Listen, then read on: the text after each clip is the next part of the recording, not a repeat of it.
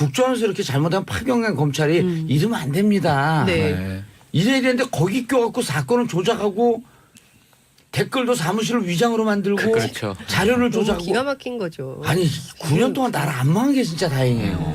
이게 7인회라는 게 나왔습니다. 7인회.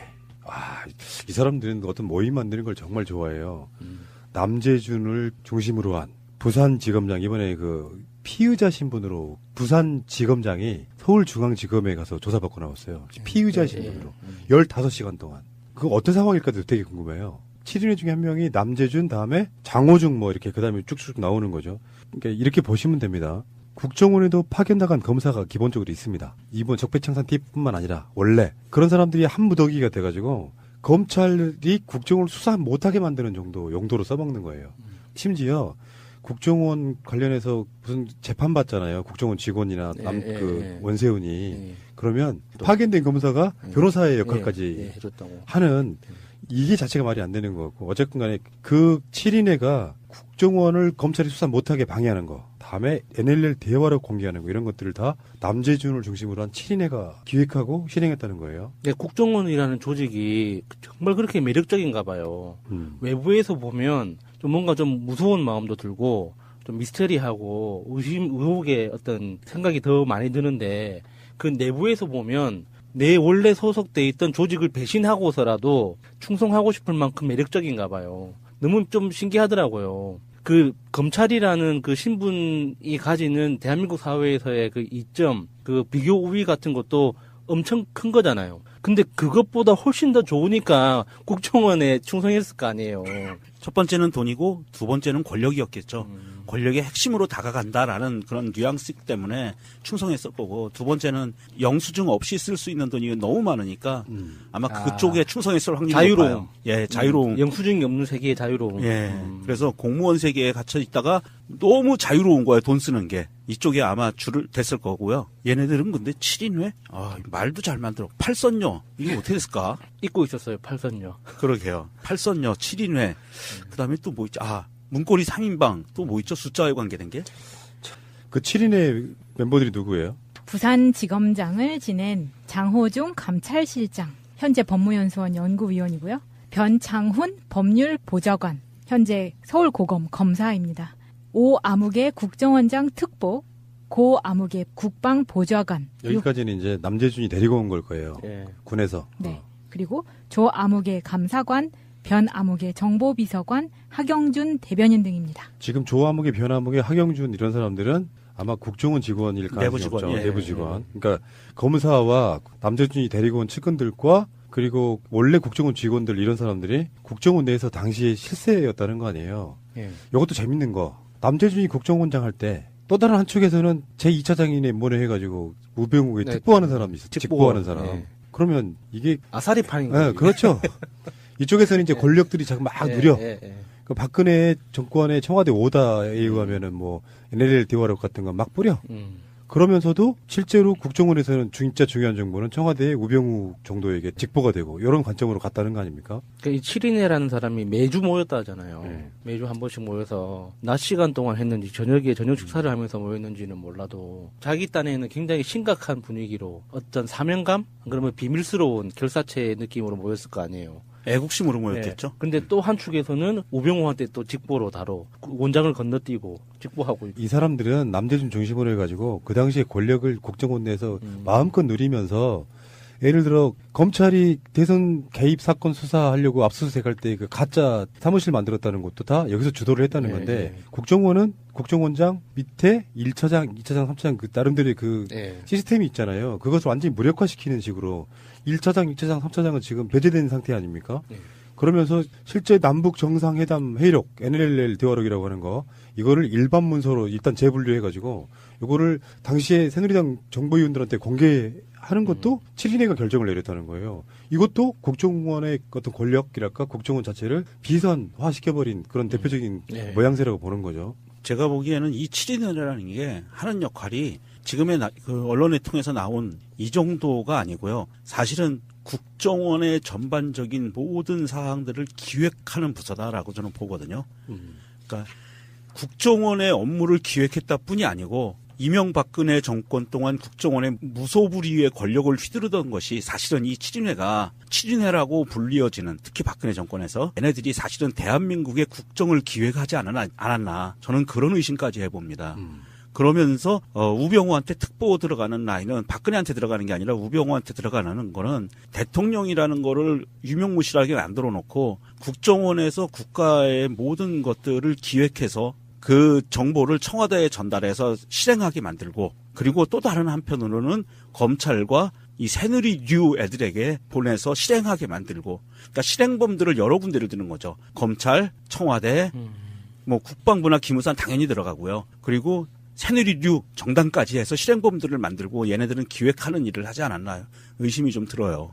근데 이런 비슷한 결로 그러니까 이명박 정권 때부터 군이 사이버사가 댓글 공작하는 거 김관진이 일주일 내내 보고를 받았다는 그런 보도도 나왔거든요. 근데 이게 심리전단 요원 이런 사람들이 김관진한테 보고하고 그리고 나서 이게 무슨 생각이 들었냐면 박근혜 정권 초대 국방부 장관이 낙마한 거 기억들 하실 거예요. 그 사람이 왜 낙마했냐면 지극한 박정희 바였어요. 그래서 핸드폰 고리에 막 박정희 유경수 여사 이렇게 했잖아요. 근데 재밌는 게 그 당시 이명박 정권 때 김관진이 국방부 장관이었죠. 그런데 3년 동안 거의 매일 이런 보고를 받으면서 일종의 그러니까 이명박 정권의 핵심 측근으로서 어떤 나쁜 짓을 했던 거란 말이에요. 그러면 이 사람이 초대 국방부 장관으로 올라간 사람, 올라갔다가 낙마한 바로 그 사람이 그냥 낙마한 게 아니라 이렇게 될 수 있잖아요. 박정희 빠여서 낙마했다고 하면 박근혜한테 그렇게 도덕적인 치명타는 없어요. 잘 생각해 보면. 그러니까 김관진이 그 핵심 어떤 뭔가를 박근혜 정권에 끌고 들어가야 되는데 정권이 바뀌었으니 대통령이 바뀌었잖아요. 이명박에서 박근혜로. 그러니까 김관진을 데리고 들어가야 되는 상황이었던 연결고리로서의 김관진이 그러다가 결국에는 국방부 장관을 유임을 해요. 김관진이 이명박 정권 때 국방부 장관 하다가 김병관 당시 후보자가 낙마를 하니까 국방부 장관을 유임을 하고 한참 어떤 마무리가를 해요. 그리고 나서 박근혜 정권 때 그 김관진이 국가안보실장으로 갑니다. 그러니까 일부러 낙마시키지 않았을까라는 생각이 드는 거예요. 이게 지금 국정원 댓글 사건과도 다 연관성이 있는 그런 사건들이잖아요. 근데 그거를 바로 낙마시키지를 못했기 때문에 김병관 자체가 약간 좀 페이크가 아니었을까 이런 생각까지 한번 해보는 거죠. 아, 김관진을 유임시키기 위한 위해서. 명분 쌓기용. 네. 그쪽에서 보면은 박정희 좋아한다고 뭐 물론 다른 여러 가지 논란도 있었지만 그렇게 해서 낙마한다는 게 그렇게 도덕적으로 치명적이었겠냐는 거죠. 아까 그 7인회에서 오 암흑의 국정원장 특보 대령 그다음에 고 암흑의 국방보좌관 육사 37기 얘네들을 뒤지면은요. 김관진과 아주 여러 차례 연락하고 수시로 만났던 모든 증거들이 다 나올 것 같아요. 그래서 김관진이 국방부에 관련된 군사이버사 기타 등등 이런 정보들을 7인회 멤버에게 전달하는 이 루트가 아닌가 그렇게 생각이 좀 됩니다. 정보를 접할 때마다 여지갱이라는 생각밖에 안 듭니다. 그러니까 결론은 딱 하나밖에 안 나오는 거죠. 김관진이 그 보고를 받아서 자기 선에서 끝냈느냐 이명박한테 계속 보고용으로 보고를 했느냐 이런 측면도 있고 국정원과 사이버사 간의 권력투쟁 이런 이야기도 있는 것이고요. 그런 것들이 어떻게 풀릴지 귀추가 주목되는 바로 그런 상황이고 그 국정원 개혁발전위원회 있지 않습니까? 아, 이제 네네. 여기에서 이명박 정부에 이어서 박근혜 정부의 국정원 의혹 사건에 대해서도 그야말로 오늘부터 본격적으로 판도라의 상자를 열겠다. 열 걸로 보입니다. 저 그도 15개 적폐청산 사례를 적었는데요. 지금까지 그게 발표하지 박근혜 않은 거였잖아요. 그렇죠. 근데 이명박 거도 열겠다고요? 아니 이명박 정부부터 예. 박근혜 정권까지 그러니까 국정원 댓글 사건부터 시작해서 예. 그 이전의 발생 사건부터 쭉 있었는데요. 예. 그것들을 다 하는데 핵심적으로는 서울시 공무원 간첩 사건 있잖아요. 이우성 씨 예. 사건. 이 사건 아마 여러분들 영화 자백 다큐멘터리 맞아요. 영화로도 많이 알고 계실 것 같은데요. 어떻게 증거 조작을 했는지 그리고 어떻게 고문했는지 이 영화를 통해서 우리는 간접 경험을 했는데 실제로 이것들이 다 사실이라는 관련된 내용이 나올 걸로 보이고요. 그리고 이 사건 사실 생각해 보면 이 사건 때문에 2014년 4월 15일 날 남재준 전 국정원장이 대국민 사과를 해요. 네. 그러고 나서 4월 16일 날 세월호 참사가 발생이 터지죠. 되면서 맞아요. 이 사건이 그냥 묻혀버려요. 맞아요. 근데 제대로 조사도 안 하고 그러니까 원장만 날아가고 땡 이런 사건이었거든요. 근데 이거를 다 들여다보겠다는 거고요. 첫 사건의 발생은 MB 시절이에요? 박근혜 시절이에요? 이 사건은 MB 시절이죠. MB 시절이죠? 예, 그러니까 사실 이 사건의 연속 박근혜 시절일까봐 좀 조마조마했어요. 그러니까 이 사건이 계속 그러니까 이를테면은 정권 연장 유지를 위해서 할 수 있다면 무엇이든지 한 대표적인 사례가 바로 이 간첩 조작 사건입니다. 사실 우리가 간첩 조작 사건 70년대 박정희 정권 군부 시절에나 있었을 거라고 생각했는데 그러니까. 다시 된 사건이잖아요. 네. 뿐만 아니라 해직 언론인들도 그렇거든요. 1970년대, 80년대 다 끝났을 거라고 생각했는데 이명박 정부 때 YTN 기자들 해직됐었어요. 그러니까 이런 MBC 사건 도요. 그렇죠. 이런 사건들을 다 들여다 보겠다는 것입니다. 뿐만 아니라 그 가만 생각해 보면 세월호 참사 당시에 여러 방송들이 그 유병언 구원파 사건에 굉장히 그 주목해서 보도를 했었잖아요. 완전 그걸 물타기 해버렸잖아요. 그것만 했었잖아요. 이것도 실제로 그 국정원이 이 여론몰이 작업에 적극적으로 가담했었다라는 내용이 이 열릴 가능성이 있고요. 그리고 세월호 소유를 관리 이거 국정원 거 아니냐 이런 논란이 굉장히 많이 있었는데 이와 관련해서도 공개될 가능성이 있다는 것입니다. 예. 뿐만 아니라 세월호 그 대통령 7시간 30분 의원, 그러니까 진선미 의원 발표에 따르면 박근혜 전 대통령이 당일 10시 이전에 이 사건에 대한 이 사고에 대한 그 조사 보고를 받았다는 정부 기록을 확인했다는 거 아니겠어요? 예. 그렇기 때문에 이 사건 관련해서도 국정원이 어떻게 했는지 사실이 밝혀진다는 것이고요. 2012년 예. 기억하시면은 대선 당시에 비 내리는 부산에서 예. 김무성 당시 선대위원장이 선대위원장이 선대본부장이죠. 선대본부장이 종이를 흔들었죠. 그게 바로 남북 정상 NLL. 대화로 NLL 대화로. 이게 뭐 대통령 기록물이냐 공공 기록물이냐 논란이 굉장히 많았는데 이것도 실제로 그 김무성 예. 그리고 또 당시에 권영세 전 주중 대사 예. 이 사람들이 어떻게 개입했는지 정문은. 이것도 예. 그렇습니다. 정문 그리고 이 모든 게 남재준 그 국정원장 산하에 그렇습니다. 7인회에서 다 만들어진 그렇습니다. 작품이었다. 그렇습니다. 그 7인회가 주도하고 예. 만들었다라는 것이 다 이제 드러났기 때문에 7인회 한 멤버가 이번에 부산지검장 네. 소환된 그렇습니다. 예. 장호중 예, 지검장 예. 이제 그 구속됐어요? 이 돼야 되지 소환됐죠. 않을까요? 소환됐죠. 소환돼서 네, 조사를 일단 받고 소환입니다. 있는데요. 네. 가능성이 전 높다고 봐요. 높죠. 네. 7명 중에 그 검찰 출신 2명. 그러니까 국정원에서 이렇게 잘못하면 파견간 검찰이 이러면 안 됩니다. 네. 이래야 되는데 거기 껴갖고 사건을 조작하고 댓글도 사무실을 위장으로 만들고 그렇죠. 자료를 너무 조작하고 기가 막힌 거죠. 아니 9년 동안 나를 안 망한 게 진짜 다행이에요. 이게 마음대로 한 거죠. 그러니까 연기 지도까지 한 거예요. 맞아요. 정부가 예. 네, 가짜 대본 짜놓고 가짜 사무실 무슨 영화 세트장처럼 네. 그렇게 만들어 놓고 뭐 암기식으로 대본 암기하라는 거 아니었어요? 나는 이제 그 다음에 국정원에 네. 저게 나올 것 같아요. 재판 개입. 재판 개입 나올 수 있죠. 사법 그럼 개입. 사법 개입. 그래서 네. 구체적으로 어느 사건을 찍어갖고 네. 누구 재판장을 만나고 예. 대법을 통해서 이 재판에 대해서 네. 몇 년형을 내려라라고 네. 하는 것까지 나오면 예. 정봉주 재판도 완전 조작된 재판이 되지 않을까? 아니, 근데 그쪽으로 사실- 가시는 네, 거군요. 근데 사실 이게 국정원에 검사가 파견되는 것은 국정원 직원들이 사실은 그 법을 잘 모르잖아요. 그렇기 네. 때문에 인권을 보호하면서 수사를 문제 없도록 법률에 맞게 그럼요. 하라는 취지로 보냈는데 법을- 자기들이 앞장서서 법을 안 지키고 이런 식으로 했다는 게 드러났기 때문에 그리고 부산지검장 승진 케이스거든요. 네. 거기 가갖고 아무 이런 일 없을 줄 알고 거기서 지검장 행세를 하면서 떵떵거리고 있었을까요?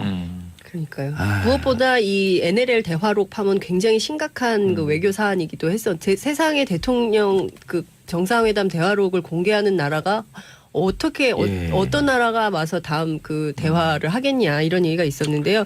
비밀 등급을 무단으로 남재준 원장이 낮췄거든요. 예, 2급을 그렇습니다. 일반으로 낮췄죠. 예. 그래서 이 문제는 정말 그 남재준 전 국정원장에 대한 직접 수사. 예. 이분도 포토라인에 설 날이 멀지 않았다.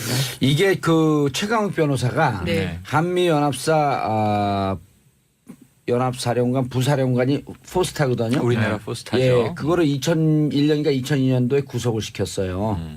최강욱 변호사가. 최강욱 변호사가 맞습니다. 군 검찰에 군 있을 검찰. 때 예. 그때 두 번째 칼을 댄 게 누구냐면 남재준이에요. 음. 남재준이 그 군 그 참모총장이라 그랬잖아요. 그때 포스타 구속시킬 때도 막았어요 군에서.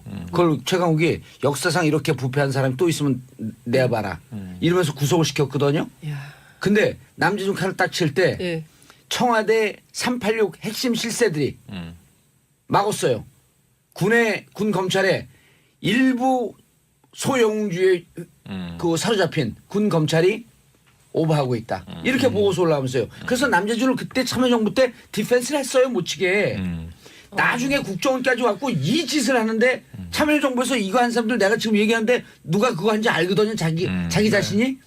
참여정부 초반부에 난 당신이 무슨 짓을 한지 다 알고 있고 이름도 알고 있고 이름을 내가 지금 공개합니다. 정봉주가 공개하려고 했는데 안 되겠네. 거의 공개 수배 분위기. 네네네. 그래서 그때 최강욱 변호사가 옷을 벗어요. 네. 아, 맞아요. 소령 중령으로 맞아요. 그 소령을 쓰면 중령으로 벗는데 네. 정확하게 정의롭게 하려고 그랬던 사람 다 옷 벗기고. 네. 그러면 안 되죠. 저는 절대로 그런 그래서 역사를 살아난 대표해서는 남자들이 안 되죠. 국정원 갖고 이렇게 농단을 해버린 거예요.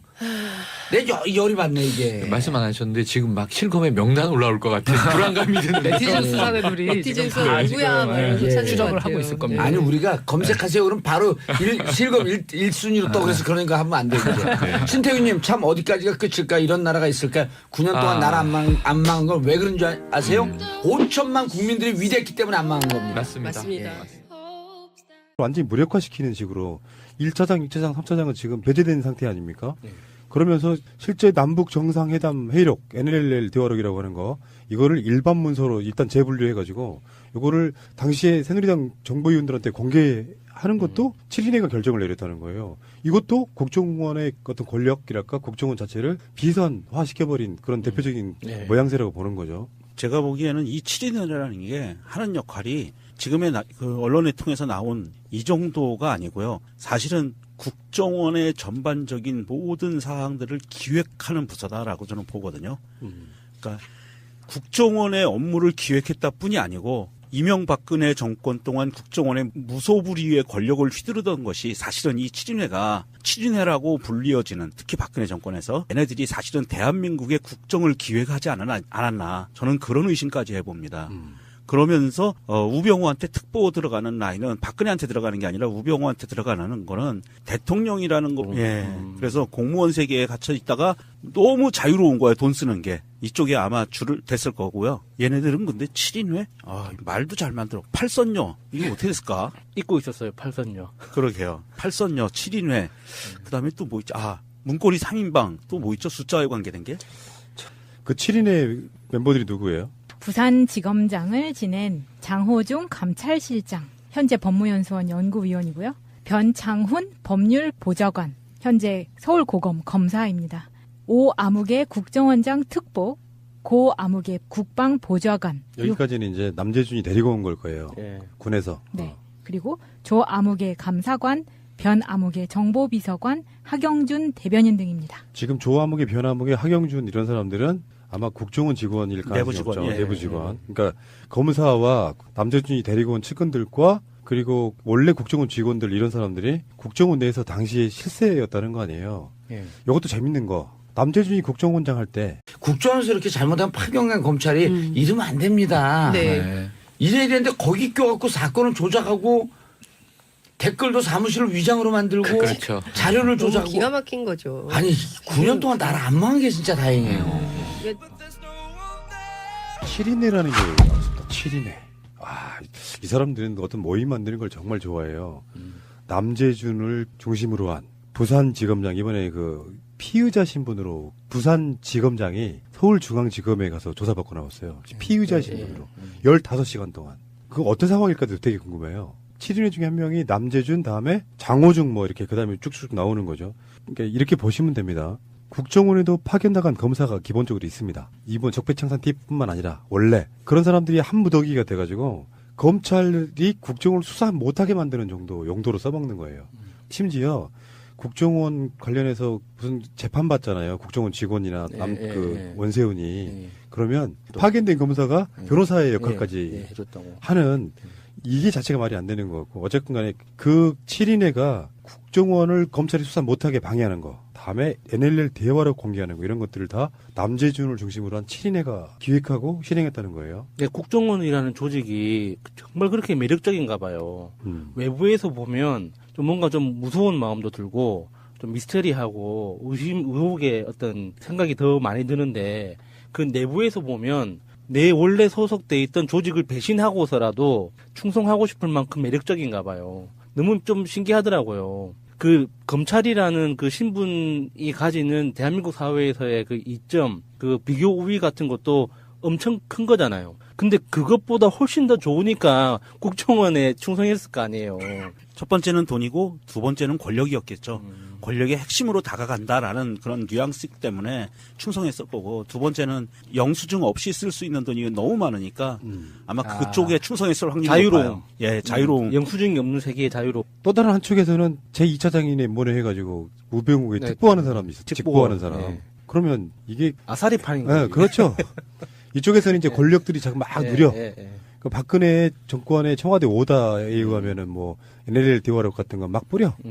그러면서도 실제로 국정원에서는 진짜 중요한 정보는 청와대의 우병우 정도에게 직보가 되고 이런 관점으로 갔다는 거 아닙니까? 이 7인회라는 사람이 매주 모였다 하잖아요. 네. 매주 한 번씩 모여서 낮 시간 동안 했는지 저녁에 저녁 식사를 하면서 모였는지는 몰라도 자기 딴에는 굉장히 심각한 분위기로 어떤 사명감? 그러면 비밀스러운 결사체 느낌으로 모였을 거 아니에요. 애국심으로 모였겠죠. 근데 또 한 축에서는 우병우한테 또 직보로 다뤄 원장을 건너뛰고 직보하고 있고. 이 사람들은 남대준 중심으로 해가지고 그 당시에 권력을 국정원 내에서 마음껏 누리면서 예를 들어 검찰이 대선 개입 사건 수사하려고 압수수색할 때 그 가짜 사무실 만들었다는 것도 다 여기서 주도를 했다는 네, 건데 네. 국정원은 국정원장 밑에 1차장, 2차장, 3차장 그 나름대로의 그 네. 시스템이 있잖아요. 그것